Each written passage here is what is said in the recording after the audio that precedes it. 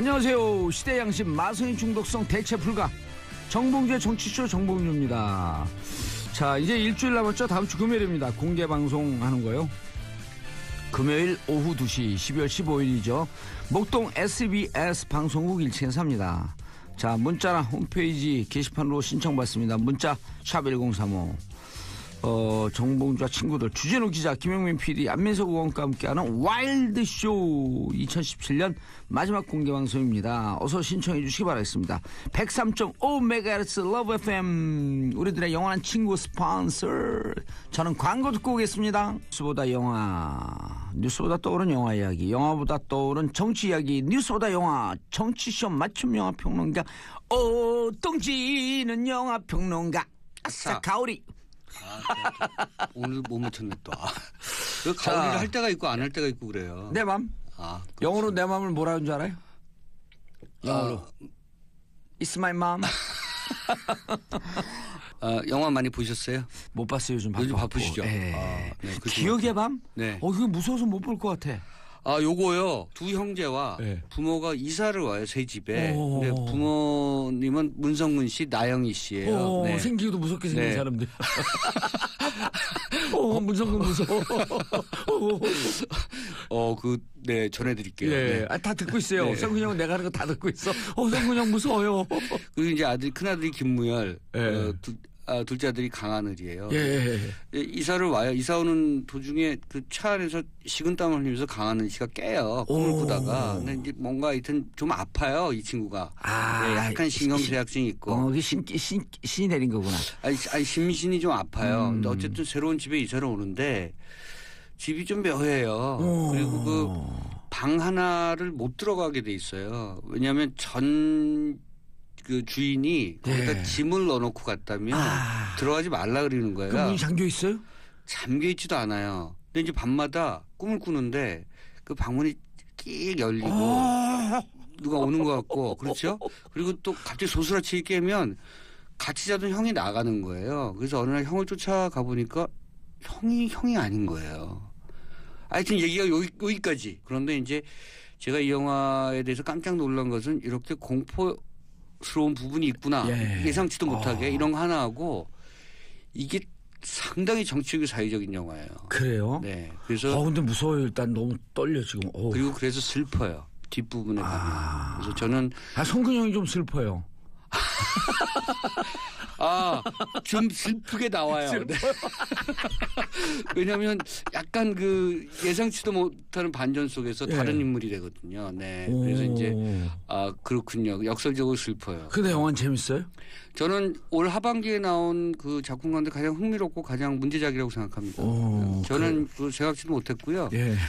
사실은 장항준 감독이 예전에 라이터를 켜라, 불어라 봄바람 등등 해서 좀 유머러스한 영화들을 많이 만들었거든요. 코미디 영화의 어떤 그 새로운 그 경지를 만든다 뭐 이런 모토를 갖고 있었던 감독이고 사실은 TV 버라이어티 쇼를 통해서 많이 나왔던 많은 대중들에게 사랑을 받았던 감독이고요. 라디오 쇼에서도 사실은 입담이 좋아서 인기가 참 좋죠. 그리고 TV 드라마 예를 들어서 시그널 같은 조진웅 씨 나왔던 이재훈 씨하고 나왔던 이렇게 시대가 그 교차되는 시대가 이렇게 통신되는 그런 내용의 드라마였었죠. 그러니까 그 드라마의 초기 연출도 했었고 재능이 굉장히 많은 그런 감독인데요. 드라마 사인도 했었네요. 네.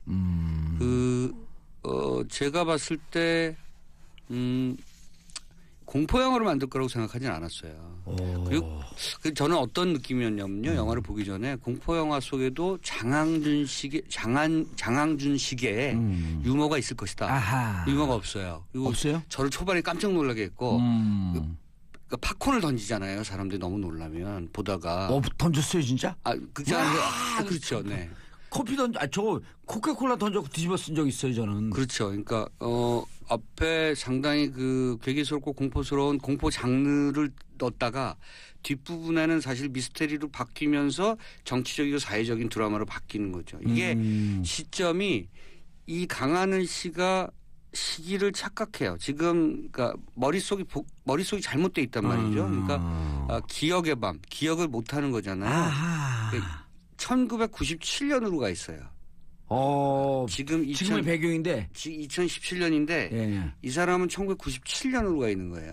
1997년에 우리가 IMF였잖아요. 가끔가다 우리가 그런 착각은 해요. 2016년 촛불을 들고 있는데 어느 날 갑자기 2008년 촛불인가 하고 잠깐 깜빡해갖고 네. 그래갖고 촛불을 이렇게 자세히 봤더니 그날은 굵은 촛불을 들고 있었거든요. 제가 네. 작은 게 아니고 네. 촛불에 이렇게 써 있어요. 소원성취 절에서 쓰는 거. 진짜 갖고 나왔어요. 네. 그 착각해서. 네. 네.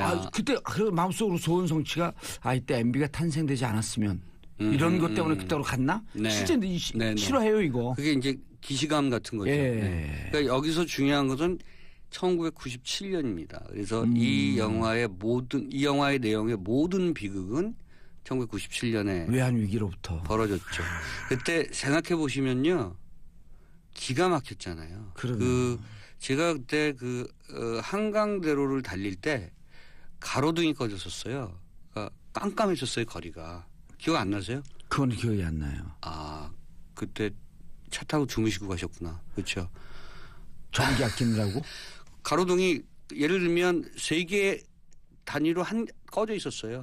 네. 그 기억이 얼핏 나요. 네. 그래서 거리가 굉장히 어두웠었고요. 저도 굉장히 고통스러웠었어요. 저는 그때 사업을 하고 있을 때거든요. 네. 근데 은행을 돈 많이 쓰고 있었어요. 금리가요. 네, 엄청났었죠. 금리가 그때 정상 금리가 네. 10에서 12%쯤이었어요. 네. 그게 2배로 뛰었고 25% 금리를 약 한 1년 반을 버텨내는데 네. 죽을 것 같더라고. 저는 방송국 기자였었거든요. 네. 저 6개월 동안 월급 못 받았었어요.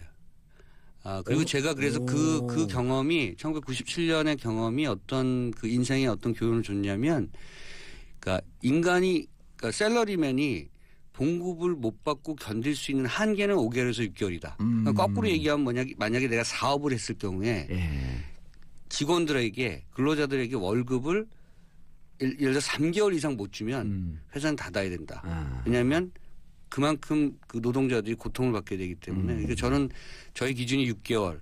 그러니까 개인적으로 버티는 기준은 6개월. 6개월은 어떻게든 뭐 예를 들어서 뭐 초기에는 얻어먹고도 다니고 맞아요. 그렇게 하지만 6개월까지 못 버티거든요. 제가 한 가지 더 말씀드리면 그 보도 기자들은 또 뭐 편집국 기자들도 마찬가지인데 선후배 간에 그런 불문율 같은 게 있어서 후배들이 밥값 못 내게 하잖아요. 근데 이제 밥값이 없으니까 후배들이 밥 먹으러 가자 그러면 밥을 먹었다고 하거나 약속이 있다고 하거나 요랬던 기억이 제가 맞아요. 굉장히 아픈 기억이었어요. 저는 사실은 이게 1980년대에 그 수많은 일을 겪었던 것보다 더 사실은 내상이 많았고 정신적 트라우마가 많았던. 왜냐하면 궁핍해진다고 하는 것이 그리고 미래 사회에 대한 그 계획을 세울 수 없다는 그 불안증이라고 하는 것이 얼마나 많은 이후에 많은 어떤 정신적인 그런 것들을 겪게 만드는지 저는 아직도 불안증이 있거든요. 제가 예를 들어서 뭐 내년에 어떻게 될지 내후년에 어떻게 될지 불안증이 있는데 그게 1997년에 배태됐던 것 같아요. 그러면서 공황장애가 오는 거 아니에요. 그렇죠. 앞날에 대한 불안감. 네네. 올해 99년생들이 그 대학교 입시를 받잖아요. 네. 99년생들이 IMF 직후 제일 사회가 어려웠을 때 태어나서. 그렇죠. 네. 그러니까 아주 그냥 뭐랄까 DNA상에 박혀 있는 부분이 있는 거죠. 그리고 자기들이 촛불을 들어서 정권을 대통령도 끌어냈고 네네네. 심지어는 수능까지 일주일 연기시켜버린. 그렇구나. 그 세대예요. 여러 가지 사연이 많은 세대네요. 그거를 자기들이 올렸더라고. 네. 그러면서 너무 불행한 세대인데 우리가 자신감을 갖자. 네네. 촛불을 들어서 정권도 바뀌었고 아무도 하지 못했던 수능도 일주일 연기시키지 않았냐. 네네. 이제 좀 슬퍼요. 이게 20년의 간격을 두고 벌어지는 일이잖아요. 그러니까 사실은 우리가 외환위기라고 하는 것들을 겪었던 그 정치사회적 그런 큰 위기에 봉착해서 그것을 겪고 나서 우리 사회가 과연 그러니까 얼마만큼 정상 궤도에 올라섰는가 이것을 사실 공포 장르로 보여주는 영화예요. 저는 보고 싶어요. 저는 그래서 장항준 감독이 대단히 명민하게 지금의 시대를 되짚고 있다. 과연 우리는 지금 돌아왔는가? 일상 97년으로부터 그러니까 이 탈선된 기차가 다시 정상의 궤도로 올라서서 달리고 있는가. 정말 정상적으로 지금 제대로 달리고 있는가 이런 부분들을 되짚고 있는 거죠. 근데 영화를 보고 있으면 퍼펙트하게 돌아오지 못한 것 같다는 것을 감독이 얘기하고 있는 것 같아요. 그렇잖아요. 네. 지금 경기 얼마나 팍팍해요. 그렇죠. 오히려 네. 97년보다도 네. 97년에는 기업부도가 있었지만 가계부채는 없었거든요. 네. 지금은 기업도 어려워지고 가계도 가계부채도 어렵고요. 네. 1,400조가 넘어갔고. 네. 항상 그 경제는 전 정부로부터 이어받는 네. 거니까요. 예를 들면 지금 트럼프 시대에 미국 경제가 좀 좋아졌다고 하지만 그것은 오바마가 만든 거잖아요. 그러니까 지금 예를 들어서 새로운 정부에서 경기가 어렵다는 것은 아마 지난 4년이나 지난 9년 동안에 여러 가지 적폐들, 여러 가지 경제적 문제들이 지금 와서 노골화되고 있는 것이 아닌가 생각하고 이것이 극복되기까지는 한 1, 2년 걸릴 것이고 3, 4년 걸릴 것인데 이 영화 기억의 밤이 그것을 다시 한번 기억하게 만드는 작품이라고 생각하고요. 저는 장항준 감독이 오랜만에 문제작을 내놨다고 생각합니다. 예. 네. 그전에 문제작을 안 내놨다는 뜻이에요? 그렇게 말씀하실 줄 알았어요. 네. 장항준 감독하고 누가 선배예요? 제가 이제 한참 위죠. 한참 위에요. 네. 장항준 감독한테 얘기해 줘야겠다. 아니 저 가깝습니다. 네. 네. 그래서 가깝기 때문에 원래 가까운 사람한테 뒷방 맞아요. 정확히 말씀하셨는데 네. 이 영화가 약간 뒤통수 맞는 기분이에요. 공포 영화 그래서 이게 무슨 얘기지 하다가 이런 우리가 슬픈 20년의 역사를 네. 갖고 있구나라고 하는 네. 이 97년 위 외환위기로부터 우리 사회가 정상으로 돌아온 것 같아? 아니다. No. 우리에겐 뭔가 그런 유령 BS. 네, 유령 같은 뭔가의 존재가 배회하고 있거나 등등 아직도 그때의 망령이 계속되고 사라지지 있다. 않고 있다. 네. 예. 그리고 강하늘, 김무열 씨가 원래 연기를 굉장히 잘하는 친구들이에요. 김무열 씨도 이렇게 둘 다 반전에 반전을 거듭하는 캐릭터거든요. 근데 계속 오버랩되는 어떤 그런 자기 역할들을 너무나 스무드하게 잘 넘어가요. 그러니까 김무열은 놀랄만한 어떤 최후의 반전이 있습니다. 그래서 영화는 상당히 슬프고요. 그리고 비극이고. 예. 그래서 좀 어둡지만 여러분들께 꼭 지금의 시대를 한번 되짚어 본다는 의미에서 정봉주 쇼의 청취자라면 이 영화를 봐야 된다는 생각을 저는 꼭 하고 있습니다. 강하늘 씨가 지금 생각해 보니까 세시봉에서 윤형주 분으로 나왔네요. 네네. 예, 잘생긴. 약간 고분위기잖아요. 예. 약간 귀티나는. 귀티나고 약간 네네. 도회적으로. 그리고 목소리도 좀 약간 여성적이고. 네. 알겠습니다. 네. 기억의 밤. 기억의 밤. 기억의 밤. 97년도를 기억해봐라. 네. 과연 우리는 그곳으로부터 네. 다시 현실로 돌아왔는가. 97년도에 과연 무슨 일이 있었고 그것이 지금까지 어떤 영향을 미치고 있는가. 뭐 이런 거죠. 그리고 97년 그때부터 네. 본격적으로 사회 양극화가 시작되는 시점이거든요. 그렇죠. 네. 그리고 신자유주의가 마지막 파고들기. 신자유주의가 이제 마지막 정점을 찍을 그렇죠. 때. 네. 알겠습니다. 자, 두 번째 영화.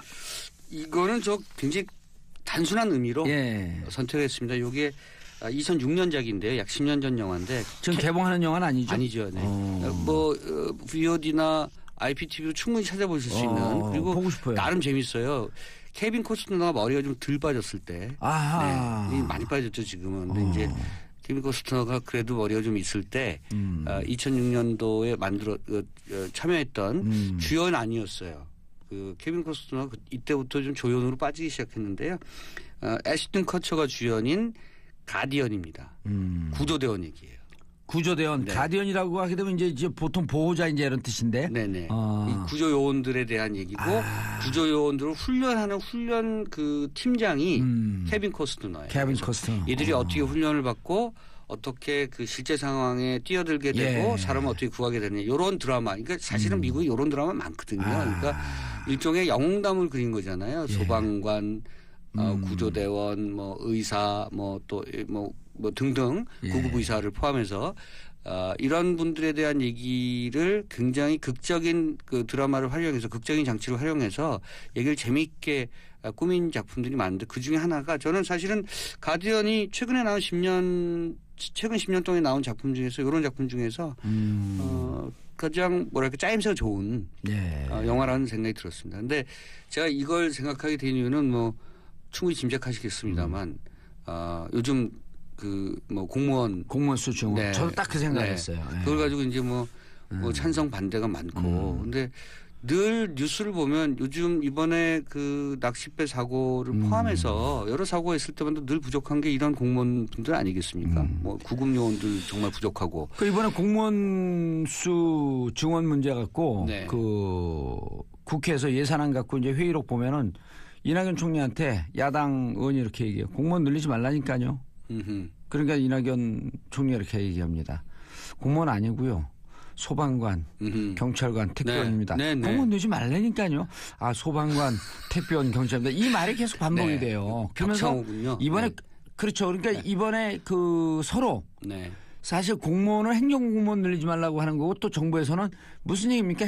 사무직 공무원 한 명도 없어요. 9,500명이 다 현장 네. 생활과 안전과 연루된 공무원입니다. 네. 하는데 이제 그것을 정부안이 2,000몇 명이었다 줄이고 9천 몇 명이 되겠죠. 예. 제가 하나 여쭤보고 싶은 게 있어요. 네. 거꾸로. 그러니까 이렇게 어쨌든 공무원 수든 이게 뭐 소방관 구조대원 수든 어쨌든 이런 수를 늘리는 것은 저는 예전 루즈벨트의 뉴딜 정책 같은 거 아니겠습니까? 그렇죠. 그런 거죠. 예. 이쪽이 늘어나면 고용 효과가 창출되고 그러면 낙수 효과가 발생하는 건데 왜 반대를 하는 보수 쪽에서는 작은 정부 지향이잖아요. 정부의 그 기업이 사이즈 늘려야 줄이고, 된다. 그리고 민간에서 일자리가 가는 것은 민간에서 늘려야 된다. 그러니까 안전 요원이 필요하고 그다음에 민간에서 일자리 늘리기 위한 마중물로서 역할을 좀 하자. 그래서 총 중앙직과 지방직까지 다 하게 되면 올해 내년에 네. 늘어나는 공무원 수가 24,475명이에요. 아하. 예. 왜냐하면 중앙직이 그 9,500명, 네. 지방직이 약 한 14,000명쯤 네. 해갖고 24,475명. 제 주변에 이런 숫자 정확하게 하는 진행자가 별로 없어요. 네. 그 그 중요한 원고도 없이. 원고가 네. 어디 있어요? 원고. 네. 원고는 우리가 원고하면 재판장처럼 느껴요. 원고 네. 피고. 이게 문제야. 다 좋다가. 우리 법정 드라마 좋아해요. 어쨌든 예. 제 주변에 그 젊은 친구들 제가 가르친 제자들도 그렇고요. 뭐 지금 일자리 때문에 굉장히 고민하는데 맞아요.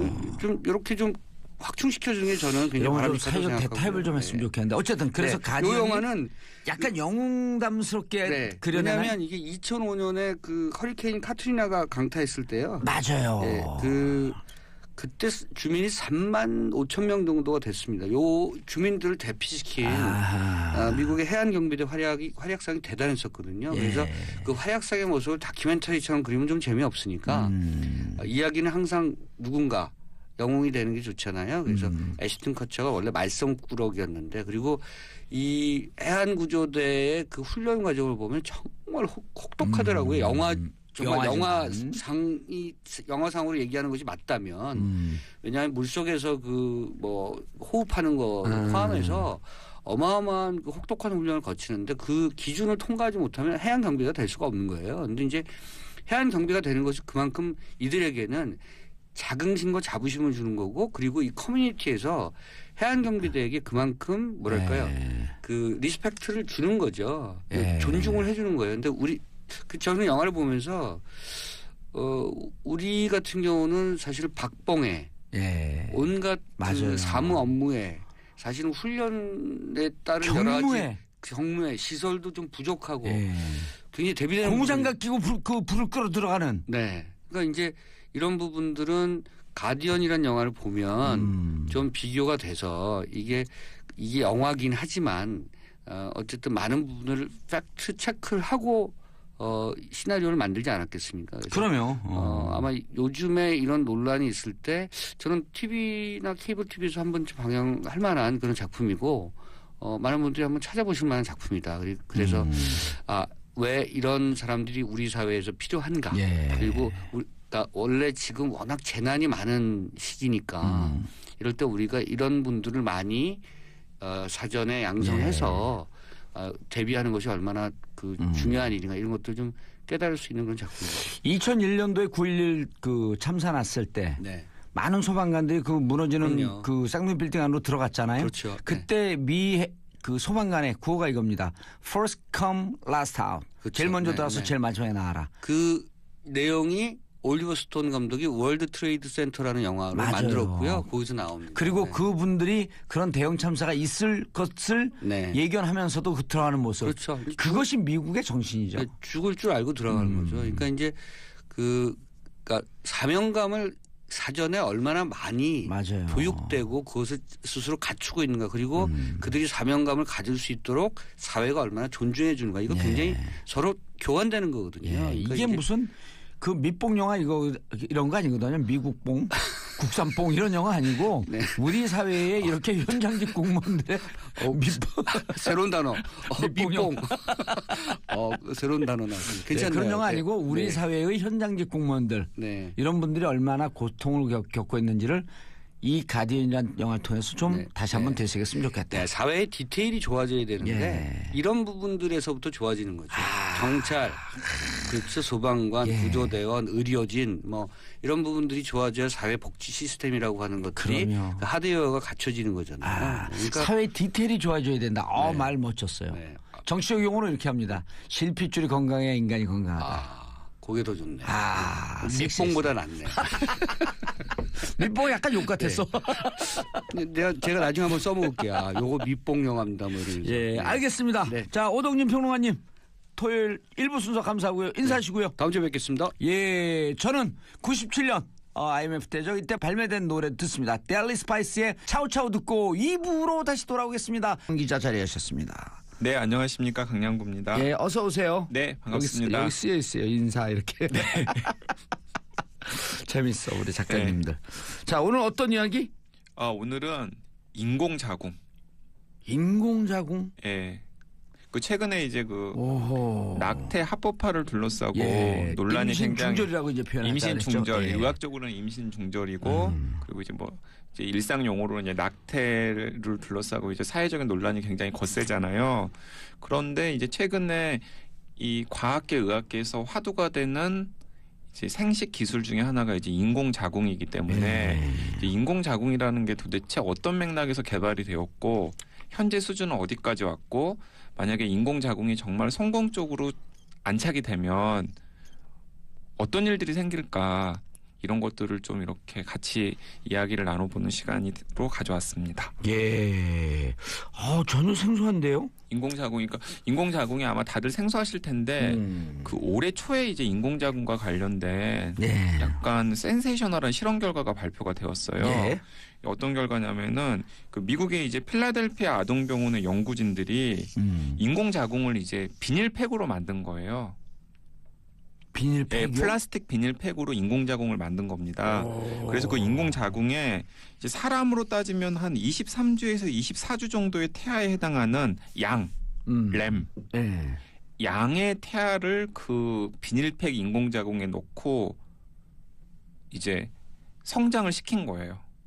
그리고 이제 그 실험 결과를 이제 논문으로 발표를 하면서 전 세계가 이제 발칵 뒤집힌 거죠. 왜냐하면 그 양의 태아를 비닐팩으로 만든 인공자궁에서 키워낼 수가 있다면은 인간도 가능할 것이다. 인간도 가능하지 않겠느냐라는 전망이 나오는 것이기 때문에 네. 사실은 그 1997년에 복제양 돌리가 처음 세상에 등장했을 때도 사람들이 충격이었죠. 깜짝 충격이었던 게 양을 복제할 수 있다면 사람도 복제할 수 있는 것 아니냐라는 전망 때문에 이제 많은 사람들이 깜짝 놀랐던 거잖아요. 이제 그것과 마찬가지로 이 비닐팩으로 만든 인공자궁에서 양의 태아를 키워낼 수 있다면 사람의 태아도 키워낼 수 있는 것 아니야 인공자궁으로 이러면서 이제 뭐 여러 가지 이제 논란도 과학계에서도 논란이 벌어지고 뭐 윤리계에서도 논란이 벌어졌는데 일단은 여기서 이제 중요한 게 뭐냐면 필라델피아 아동병원의 연구진들이 인공자궁을 개발을 했잖아요. 예. 이 사람들은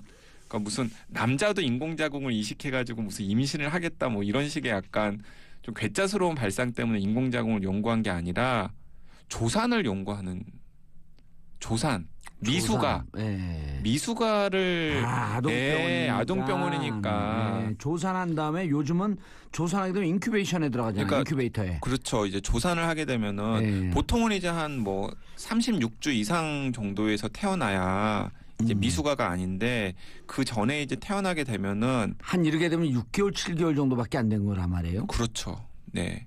근데 이제 이 대목이 이제 굉장히 중요한데 이제 23주에서 24주가 아까 제가 그 양이 우리 사람으로 따지면 23주에서 24주 정도의 태아라고 말씀을 드렸잖아요. 예. 그 주차가 참 중요해요. 예. 그 주차가 왜 중요하냐면은 그 주차부터 폐기능이 발달을 하기 시작해요. 아, 기체 호흡이 시작된다. 그러니까 기체 호흡을 할 준비들을 막 하고 있는 준비들. 상태죠. 어허. 그러니까 23주에서 24주 이전에 태어나면은 조산을 하게 되면은 안타까운 얘기지만 100% 죽습니다. 아, 폐기능이 있어야지 기체 호흡이 시작이 되고 네네. 기체 호흡이 시작이 돼야지 인큐베이터에 들어가서 호흡이 가능한데 네. 그 전에 23주나 4주 24주 이전이면 폐가 형성이 안 됐기 때문에 거의 100% 죽어요. 그리고 이제 23주나 20 양수 내에서의 호흡을 해야 되는 거 아니에요? 네, 그렇습니다. 그래서 23 호흡도 아니죠. 이제 부모하고 그렇죠. 이렇게 막 네. 이제 그 뭐 태반이랑 연결을 태반 해가지고 통해서만. 이제 태반 통해서 이제 양분이랑 이제 산소 같은 걸 공급을 받는 상황인 건데,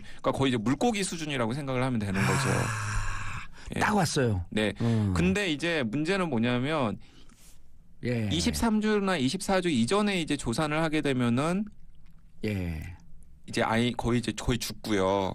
그 이후에 태어나도 문제인데 23주나 24주 이후에 태어나도 폐기능이 발달이 안 된 상태이기 때문에 인큐베이터에서 그 아이를 키우는 과정이 굉장히 힘들죠. 힘들어요. 왜냐하면은 네. 막 수술로 폐를 막 만들어주고 뭐 기관을 절개해서 뭐 인공호흡을 시켜주고 막 별의별 처치를 다 해야 겨우 생존이 가능하거든요. 예. 근데 이제 그래서 근데 그 과정에서 이제 그게 의미가 있는 예, 주차구나. 24주, 25주 이후에 태어난 아이도 한 31주, 32주 정도까지는 버티게 해줘야 되는데 그 과정에서 이제 많이 죽거나 혹은 살더라도 장애아가 되는 경우가 굉장히 많습니다. 예. 그래서 이제 이 필라델피아 아동병원의 연구진이 인공자궁 기술을 개발한 것은 뭐냐면 그 23주, 24주 정도에 태어난 아이를 인큐베이터가 아니라 그 인공자궁 안에서 키우면 아하. 그 안에서 폐기능을 발달시킬 수 있으니까 이 조산아의 생존 가능성, 미숙아의 생존 가능성을 좀 더 높일 수 있지 않겠느냐라는 전망 때문에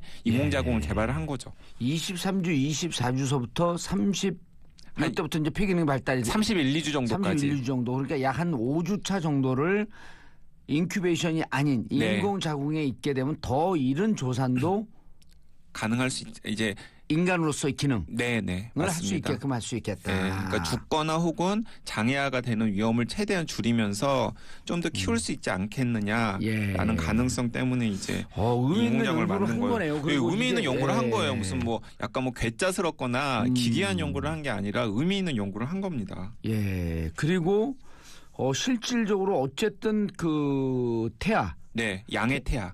아니 그리고 사람도 예, 그 태아 내의 이제 생명으로 본다면 12, 18, 24 이것이 이제 그 임신 중절의 기준을 삼고 있는 그렇죠. 기한 아니에요? 네네. 24주가 이제 지금 그때 왜 24주였나 생각을 해봤더니 지금 이제 우리 강 기자님 말씀 들으니까 이때부터 폐기능이 만들어지는. 예, 그리고 또 24주 정도가 되면은 사실 아이한테 문제가 생겨도 임신 중절을 하게 되면은 산모도 위험하고 아이도 네. 그러니까 거의 이제 그 정도 되면은 이제 아이는 거의 이제 인간의 형체를 다 하는 거기 때문에 아니, 그러니까 24주서부터 폐 기능이 만들어진다니까 이제 그때부터는 기체 호흡이 가능해지는 생명이 되는 네. 거네요. 그러니까 이제 폐가 이제 그 인간의 기관 중에서 가장 늦게 만들어진다라고 제가 몇 차례 강조를 했잖아요. 예. 그러니까 이제 그 정도가 되면은 이제 거의 이제 인간의 형상을 다 가지고 있는 상황이거든요. 그러니까 이제 그 상태에서는 아이를 낙태시키는 것도 여러 가지 윤리적으로 문제가 훨씬 더 많이 되거니와 그리고 또 그런 상태에서 낙태시키면 산모도 위험하기 때문에 예. 어쩔 수 없이 낳을 수밖에 없는데 문제는 이제 낳게 되면은 이제 다 죽거나 아니면은 이제 살더라도 예. 장애아가 되거나 뭐 여러 가지 문제들 많이 나올 강 수 있다는 기자님 겁니다. 돌발 질문. 네, 사람은 하나님이 만든 건가요? 저는 그렇게 생각하지 않은데요. 우주는? 사람은 저기죠. 사람은 저 엄마 아빠의 정자와 난자가 예. 만들어서 만들어진 거죠. 아니, 근데 그 전에 이제 태초에. 태초에 예. 그건 우주는? 우주요. 예. 우주는 빅뱅으로 생겨난. 근데 빅뱅 이전에 빅뱅은 어떻게 또? 그건 저는 잘 모르겠어요. 네. 하나님이 있는 것 같죠? 그건 잘 모르겠어요. 저는. 그 자꾸만 연구를 하고 생각을 하고 그러다 보면 그 원초에는 무엇이 있었을까? 예. 그러니까 태초에 그 따지고 들어가면 무엇이 있었을까에 대해서는 이제 많은 사람들이 이제 의문을 품고 있는데 어쨌든 과학적으로는 이제 우주는 빅뱅으로부터 탄생을 했다라는 증거들이 호킹스 박사께서 우주 천체 물리학을 연구하면 연구할수록 신의 존재를 인정할 수밖에 없다. 이 얘기 설득력이 좀 있어요. 네. 느낌이 자꾸 생각하면 답이 없으니까. 네, 답이 네. 없을 때 신의 존재에 의지할 수밖에 없는. 알겠습니다. 자, 인공자궁의 미래? 네, 그렇죠. 이제 그러니까 어쨌든 간에 이제 첫 단추를 깬 거잖아요. 그래서 성공을 했어요? 그러니까 성공을 한 거죠, 대충. 근데 이제 여러 가지 당연히 이제 벽이 많겠죠. 이제 양의 태아가 아니라 사람의 태아로 실험을 할 수 있을지 여부도 사실은 불확실한 상황인 거고. 그걸 실험할 수도 없는 거 아니에요? 네, 그렇죠. 거기에다가 그리고 또 사람의 양의 태아에서 성공했다 그래서 사람의 태아에서 꼭 성공하리라는 보장도 없거니와 거기도 또 그 정말 생명의 신비잖아요. 예. 그 엄마의 자궁 안에서 이제 태아가 자라면서 뭐 호흡도 하고 양분도 공급받고 여러 가지 면역 물질 등등을 공급받는 그런 신비로운 현상인데 그걸 과연 인간이 과학적으로 정확하게 재현할 수 있을지에 대해서는 사실은 회의적인 시각이 훨씬 더 많은 것 같아요. 그러나 회의적인 거로부터 우리 인류 물질 문명은 발전해온 거 아니에요? 그렇죠. 그 대목이 이제 많은 사람들이 이제 지금은 회의적이지만은 사실은 그걸 위해서 과학이 가능하게 만들어 왔기 때문에 정말 앞으로 몇십 년 후에는 진짜로 인공자궁에서 아이를 키우는 게 가능해질 수도 있겠다라는 이제 전망이 나오는 것도 그 때문입니다. 저는 희망적이에요. 이제 이를테면 예를 들어 전문 방송인들 입장에서는 정치인 정봉주가 방송을 잘 할 수 있을까? 라고 하는 회의적인 것 때문에 방송을 안 쓴 거거든요. 네. 그래서 써보니까 정말 되네 이게. 이런 긍정적인 측면이 막 나오는 거예요. 그러니까 본인이 굉장히 잘하시고 있다고 지금 말씀하시는 거죠? 그건 잘 모르겠어요. 일단 높은 청취율이 뭘 얘기해 주는지 잘 모르겠어요. 이게. 네. 네, 알겠습니다. 계속 얘기하세요. 깔때기 정말. 그러니까 무언가 이렇게 도전하고 이분들의 시도가 태아 사망률을 줄여야 되겠다라고 하는 의도. 맞습니다. 아주 이런 그 도덕적으로도 인류적으로도 의미 있는 발상을 한 거 아니에요. 여기서 이제 그 중간에 이제 제가 이제 잠깐 이제 좀 말씀을 하면은 그 조산이 진짜 무서운 거예요. 무서워요. 네. 산모도 위험해지잖아요. 네, 조산이 굉장히 무서운 거고 그래서 이 방송을 들으시는 분들 중에서 혹시 임신을 계획하거나 임신하신 분들이 있으면은 흔히들 어른들이나 병원에서 임신 초기에 주의하라는 얘기는 굉장히 많이 해요. 근데 이제 어느 정도 기간이 지나면은 조금 안전하다고 얘기를 하는데 사실 이때 굉장히 조심해야 됩니다. 맞아요. 25주에서 27주 정도에 굉장히 조심을 해야 돼요. 왜냐하면은 최근에 병원에서 조산나의 비중이 굉장히 늘어나고 있거든요. 근데 이제 두 가지 경우 때문에 그러는데 요즘에 많은 이제 임신부들이 사회 활동을 계속 하시잖아요. 맞아요. 직장을 다니고 그러다 보니까 자꾸 하중이 밑으로 쏠리기 때문에 스트레스를 받기 때문에 태아가 조산할 위험이 예전보다 훨씬 더 커졌고요. 그리고 직장에서 일을 하다 보면 스트레스 받잖아요. 맞아요. 스트레스 지수가 높아지게 되면 그게 이제 당연히 또 이제 태아한테 안 좋은 그럼 아이도 같이 스트레스 받아서 막 나오고 싶어 한단 말이죠. 그러니까 그런 게 있고 그다음에 또 다른 하나는 요즘에 이제 난임 시술을 많이 받잖아요. 그러니까 난임 시술을 받으면 임신 확률을 높이기 위해서 이제 배란을 여러 개를 착상하다 보니까 난임 시술을 받다 보면은 쌍둥이나 다태아를 이렇게 뱃속에 가지고 있는 경우가 굉장히 많거든요. 그래서 인공수정일 경우에는 거의 쌍둥이가 많잖아요. 맞습니다. 근데 한 명만 가지고 있어야 될 자궁이 쌍둥이 2명, 3명을 가지고 있다 보니까 자꾸 하중이 밑으로 실리니까 그것도 또 조산의 위험도 굉장히 커지는 거예요. 그래서 어쨌든 간에 조산을 굉장히 주의를 하셔야 되고 사실은 그런 맥락에서 이제 이 인공자궁도 나왔다라는 걸 제가 다시 한번 말씀을 드리고요. 이제 그러면 이제 상상 영역으로 넘어가서 기반한 발상을 해야죠. 인공 수정을 시킨 다음에 어쨌든 수정란과 배아 상태를 이제 여성의 몸속으로 집어넣는 게 아니라 이제 그 인공 자궁에서 키우는 일이 이제 앞으로 가능해진다면은 도대체 어떤 일이 생길까? 야, 벼랑 안에 에일리언 영화 기억나시죠? 네, 기억나죠. 이렇게 모에 매달려 있는 튜브 안에 거기서 에일리언 배양을 하잖아요. 새끼들을. 그렇게 그 인공 수정에 그런 게 이제 가능해지는 거죠. 근데 이제 그런 영화 같은 일이 가능해지면은 여기서 이제 문제가 되는 게 여성한테는 도움이 되는 일일까? 여성이 임신으로부터 해방될까? 임신으로부터 해방될까? 어떻게 될 것 같으세요? 전 잘 모르겠어요. 전 과학자가 아니기 때문에. 예. 그러니까 이제 이걸 가지고 이제 전 여러 과학자가 아니라 방송자가 아니라. 일단은 그 부모가 되는 데 대한 장벽은 훨씬 굉장히 낮아질 것 같아요. 인공수정에게 성공하면 나는 애 더 낳을 거야. 네, 더 나을 거다. 네. 그렇죠. 그러니까 부모가 되기 위한 욕구를 가지고 있는 분들이라면은 어쨌든 간에 인공 자궁까지도 있는 상황이니까 훨씬 더 이제 아이를 더 낳고 키우고 싶다라는 마음을 가진 분들한테는 좀 희소식일 수 있겠죠. 또 하나. 네. 지금 우리 그 출산율이 세계 최하위 아니에요. 네.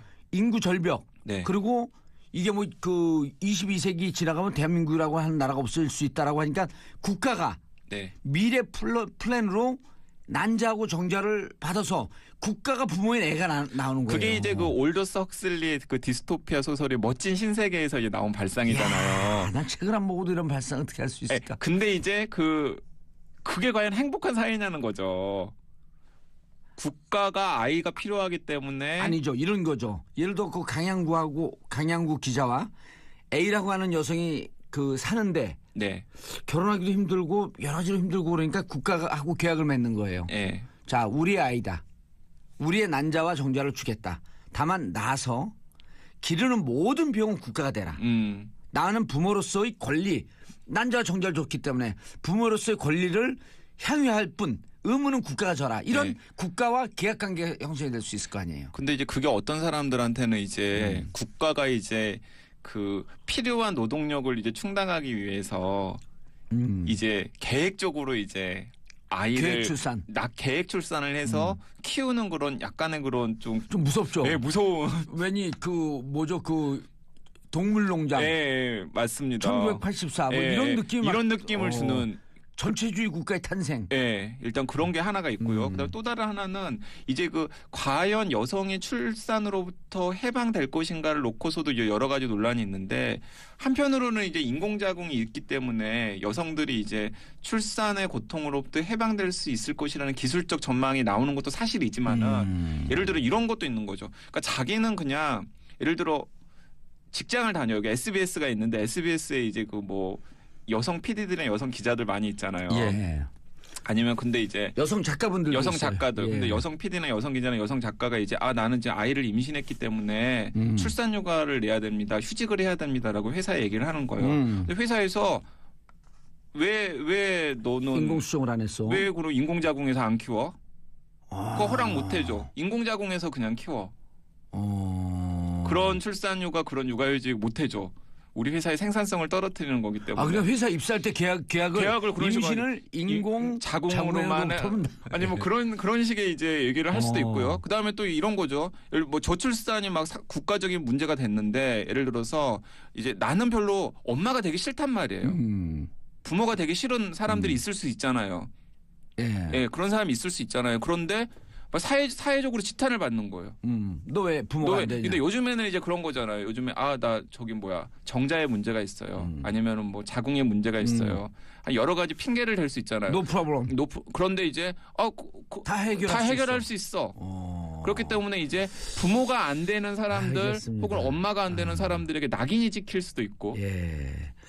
이 얘기를 갖고 그냥 한 10시간 할 수 있을 것 같아요. 이 상상력으로. 그러니까 이제 여기서 이제 제가 강조하고 싶은 것은 인공자궁이라는 기술이 어떤 식으로 활용될지가 또 결국에는 모르지만 사회적인 사회 문화, 정치 사회 문화적인 그런 인식과 긴밀하게 연관이 있다라는 겁니다. 적어도 정치인들은 이런 인공자궁이 가능한 시대로 오고 있기 때문에 미래의 현재의 어떠한 정책, 여성 정책을 취할 것인가라고 하는 것을 고민해봐라. 네. 그런데 이 뛰어난 기술인데 왜 생리통약은 개발을 못한대요? 그러니까 그게 이제 제가 이제 또 방송 마무리하기 전에 던지고 싶은 얘기인데 여성분들을 해방시켜야 될 거예요. 제가 여성들을 얘기하면서 인공자궁 이런 얘기를 하면은 코웃음을 쳐요. 아니 우리가 지금 세상의 절반이 한 달에 한 번씩 겪는 생리통약도 개발을 못하고 있는 상황에서 무슨 얼어 죽을 인공자궁 타령이냐. 아니 생리통에는 땡땡땡 이런 광고 하잖아요. 근데 그 땡땡땡은 사실은 생리통을 전담하는 치료약이 아니라 소염 진통제인 거죠. 진통제예요. 소염 진통제. 그것도 거기에 소염 성분이 들어가 있기 때문에 몸에 굉장히 부하를 주거든요. 네. 그런데 왜 그러면은 생리통 이렇게 달에도 가고 과학 기술이 휘황찬란하게 발전하는데 생리통약을 개발을 못했을까? 많은 사람들이 그 중요한 이유 중에 하나로 과학계나 의학계에 여성들이 별로 없었잖아요, 여태까지. 그런 거예요? 네. 그러니까 사실은 관심을 거기로 두지 않는 거죠. 제가 제가 쇼킹한 역사적인 사실을 얘기를 해보면은 20세기 초반까지, 그러니까 1930년대까지만 하더라도 의학계, 과학계 대부분의 정설이 무엇이었냐면 생리통을 뭐라고 설명을 했었냐면은 생리할 때마다 임신을 하지 않는 여성에게 주어지는 형벌이라고. 야, 그건 좀 그런 말을 누가 이제 그 사람들 다시 역사에서 다시 소환해갖고 처벌해야 돼. 그래서 이제 생리통이 너무나 자연스러운 현상이다라는 게 나온 게 1930년대 이후부터라는 거죠. 관심 가지면 해결될 수 있겠다. 그렇죠. 저는 이게 관심의 문제고 인식의 문제고 그다음에 양성평등의 문제고 그리고 과학이나 의학계에서 여성들이 얼마나 목소리를 낼 수 있느냐의 맞아요. 문제와 직결되는 것이라고 생각을 합니다. 여성 권리의 문제고. 네. 또 그 연장선상에서 보면은 만약에 여성들이 과학계나 의학계에서 좀 더 큰 목소리를 낸다면은 인공자궁이 아니라 좀 더 양성평등 혹은 여성 해방에 훨씬 더 부합하는 어떤 테크놀로지 기술이 개발될 가능성도 지금 저희는 잘 모르지만 생길 수도 있을 거라고 생각을 합니다. 인간 윤리에 기초한. 네. 알겠습니다. 오늘 너무 맨날 주제가 재밌어요. 강양구 과학전문기자님 인사하시고요. 네, 감사합니다. 예, 즐거운 토요일 보내시고요. 악동 뮤지션의 오랜 날 오랜 밤 들으면 유머가 있을 것이다. 아하. 유머가 없어요. 그리고 없어요? 저를 초반에 깜짝 놀라게 했고 그러니까 팝콘을 던지잖아요. 사람들이 너무 놀라면 보다가 던졌어요 진짜? 그게 아니라 그렇죠. 네.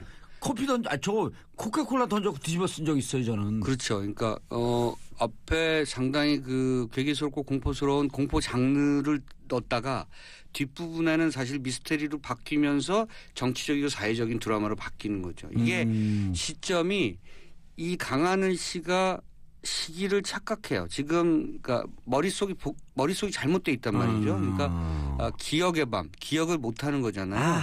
그러니까 1997년으로 가 있어요.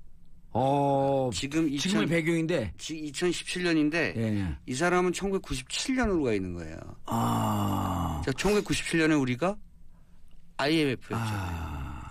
가끔가다 우리가 그런 착각은 해요.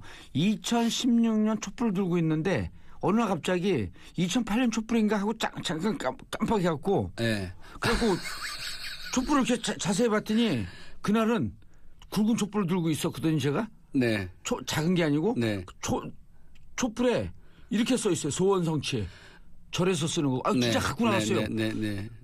그 착각해서. 네. 네. 그때 마음속으로 소원성취가 이때 MB가 탄생되지 않았으면 이런 것 때문에 그때로 갔나? 네. 진짜 싫어해요 이거. 그게 이제 기시감 같은 거죠. 예. 네. 그러니까 여기서 중요한 것은 1997년입니다. 그래서 이 영화의 내용의 모든 비극은 1997년에 외환위기로부터 벌어졌죠. 그때 생각해 보시면요. 기가 막혔잖아요. 제가 그때 한강대로를 달릴 때 가로등이 꺼졌었어요. 그러니까 깜깜했었어요, 거리가. 기억 안 나세요? 그건 기억이 안 나요. 그때 차 타고 주무시고 가셨구나. 그렇죠. 전기 아끼느라고?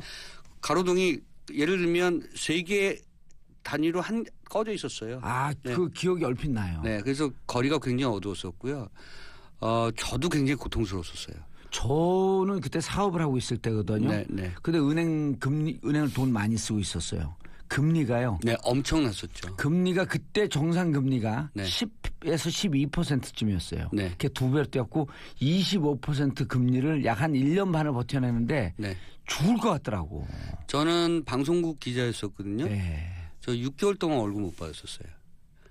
그리고 제가 그래서 그 경험이 1997년의 경험이 어떤 그 인생에 어떤 교훈을 줬냐면, 그러니까 그러니까 샐러리맨이 봉급을 못 받고 견딜 수 있는 한계는 5개월에서 6개월이다. 그러니까 거꾸로 얘기하면 만약에 내가 사업을 했을 경우에 직원들에게 근로자들에게 월급을 예를 들어 3개월 이상 못 주면 회사는 닫아야 된다. 왜냐하면 그만큼 그 노동자들이 고통을 받게 되기 때문에 그러니까 저는 저희 기준이 6개월. 그러니까 개인적으로 버티는 기준은 6개월. 6개월은 어떻게든 뭐 예를 들어서 뭐 초기에는 얻어먹고도 다니고 맞아요. 그렇게 하지만 6개월까지 못 버티거든요. 제가 한 가지 더 말씀드리면 그 보도 기자들은 또 뭐 편집국 기자들도 마찬가지인데 선후배 간에 그런 불문율 같은 게 있어서 후배들이 밥값 못 내게 하잖아요. 근데 이제 밥값이 없으니까 후배들이 밥 먹으러 가자 그러면 밥을 먹었다고 하거나 약속이 있다고 하거나 요랬던 기억이 제가 맞아요. 굉장히 아픈 기억이었어요. 저는 사실은 이게 1980년대에 그 수많은 일을 겪었던 것보다 더 그 사실은 그 내상이 많았고 정신적 트라우마가 많았던 왜냐하면 그 궁핍해진다고 하는 것이 그리고 미래 사회에 대한 그 계획을 세울 수 없다는 그 불안증이라고 하는 것이 얼마나 그 많은 이후에 많은 그 어떤 정신적인 그런 것들을 겪게 만드는지 저는 아직도 불안증이 있거든요. 제가 예를 들어서 뭐 내년에 어떻게 될지 내후년에 어떻게 될지 불안증이 있는데 그게 1997년에 배태됐던 것 같아요. 그러면서 공황장애가 오는 거 아니에요. 그렇죠. 앞날에 네. 대한 불안감. 네네. 올해 99년생들이 그 대학교 입시를 봤잖아요. 네. 99년생들이 IMF 직후 제일 사회가 어려웠을 때 태어나서. 아하, 그렇죠. 예. 네. 그러니까 그 아주 그냥 뭐랄까 DNA상에 박혀 있는 부분이 있는 거죠. 그리고 자기들이 촛불을 들어서 정권을 대통령도 끌어냈고 네네. 심지어는 수능까지 일주일 연기시켜버린 아하, 그렇구나. 그 세대예요. 여러 가지 사연이 많은 세대네요. 그거를 자기들이 올렸더라고. 네. 너무 그러면서 너무 불행한 세대인데 우리가 자신감을 갖자. 네네. 촛불을 들어서 정권도 바뀌었고 아무도 하지 못했던 수능도 일주일 연기시키지 않았냐. 네네. 아, 이제 좀 슬퍼요. 이게 20년의 간격을 두고 벌어지는 일이잖아요. 그러니까 그러네요. 사실은 우리가 외환 위기라고 하는 것들을 겪었던 그 정치사회적 그런 큰 위기에 봉착해서 그것을 겪고 나서 우리 사회가 과연 그러니까 얼마만큼 정상 궤도에 올라섰는가 이것을 사실 공포 장르로 보여주는 영화예요. 꼭 보고 싶어요 저는. 그래서 장항준 감독이 대단히 명민하게 지금의 시대를 되짚고 있다. 과연 우리는 지금 돌아왔는가? 그 일상 97년으로부터. 네. 그러니까 이 탈선된 기차가 다시 정상의 저 궤도로 올라서서 달리고 있는가? 정말 정상적으로 지금 제대로 달리고 있는가? 이런 부분들을 되짚고 있는 거죠. 근데 영화를 보고 있으면 퍼펙트하게 돌아오지 못한 것 같다는 것을 감독이 얘기하고 있는 것 같아요. 그렇잖아요. 네. 지금 경기 얼마나 팍팍해요. 그렇죠. 오히려 네. 97년보다도 네. 97년에는 기업 부도가 있었지만 가계부채는 없었거든요. 네. 지금은 기업도 어려워지고 가계도 가계부채도 어렵고요. 네. 1,400조가 넘어갔고. 네. 항상 그 경제는 전 정부로부터 이어받는 네. 거니까요. 예를 들면 지금 트럼프 시대에 미국 경제가 좀 좋아졌다고 하지만 그것은 오바마가 만든 거잖아요. 그러니까 지금 예를 들어서 새로운 정부에서 경기가 어렵다는 것 잠겨있지도 않아요. 근데 이제 밤마다 꿈을 꾸는데 그 방문이 끼익 열리고 누가 오는 것 같고 그렇죠. 그리고 또 갑자기 소스라치게 깨면 같이 자던 형이 나가는 거예요. 그래서 어느 날 형을 쫓아가 보니까 형이 아닌 거예요. 하여튼 얘기가 여기까지. 그런데 이제 제가 이 영화에 대해서 깜짝 놀란 것은 이렇게 공포스러운 부분이 있구나. 예상치도 못하게 이런 거 하나 하고 이게 상당히 정치적이고 사회적인 영화예요. 그래요? 네. 그래서 근데 무서워요. 일단 너무 떨려 지금. 그리고 그래서 슬퍼요. 뒷부분에 가면. 그래서 저는 성근형이 좀 슬퍼요. 좀 슬프게 나와요. 네. 왜냐하면 약간 그 예상치도 못하는 반전 속에서 다른 인물이 되거든요. 네. 그래서 이제 그렇군요. 역설적으로 슬퍼요. 근데 영화는 재밌어요? 저는 올 하반기에 나온 그 작품 가운데 가장 흥미롭고 가장 문제작이라고 생각합니다. 저는 그 생각지도 못했고요. 예. 사실은 장항준 감독이 예전에 라이터를 켜라 불어라 봄바람 등등 해서 좀 유머러스한 영화들을 많이 만들었거든요. 코미디 영화의 어떤 그 새로운 그 경지를 만든다 뭐 이런 모토를 갖고 있었던 감독이고 사실은 TV 버라이어티 쇼를 통해서 많이 나왔던 많은 대중들에게 사랑을 받았던 감독이고요. 라디오 쇼에서도 사실은 입담이 좋아서 인기가 참 좋죠. 그리고 TV 드라마 예를 들어서 시그널 같은 조진웅 씨 나왔던 이재훈 씨하고 나왔던 이렇게 시대가 그 교차되는 시대가 이렇게 통신되는 그런 내용의 드라마였었죠. 그러니까 그 드라마의 초기 연출도 했었고 재능이 굉장히 많은 그런 감독인데요. 드라마 사인도 했었네요. 네. 제가 봤을 때 공포 영화로 만들 거라고 생각하진 않았어요.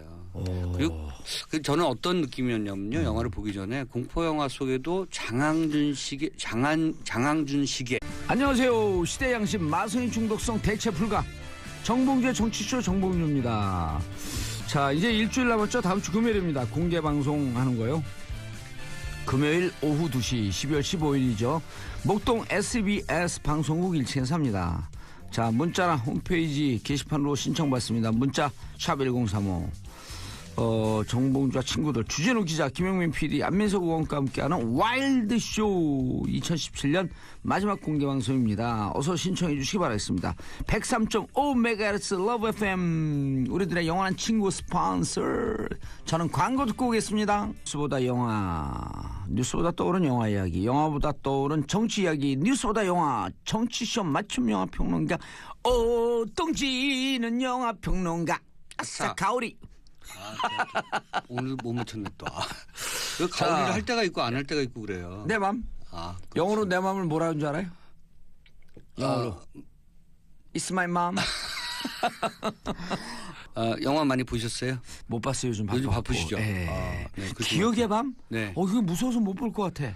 요거요. 두 형제와 네. 부모가 이사를 와요. 새 집에. 오. 근데 부모님은 문성근 씨, 나영희 씨예요. 네. 생기기도 무섭게 생긴 네. 사람들. 문성근 무서워.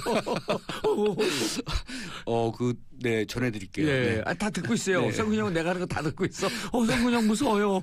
그리고 이제 큰아들이 김무열, 예. 둘째 아들이 강하늘이에요. 예. 이사를 와요. 이사 오는 도중에 그 차 안에서 식은땀을 흘리면서 강하늘 씨가 깨요. 꿈을 꾸다가. 근데 이제 뭔가 하여튼 좀 아파요. 이 친구가.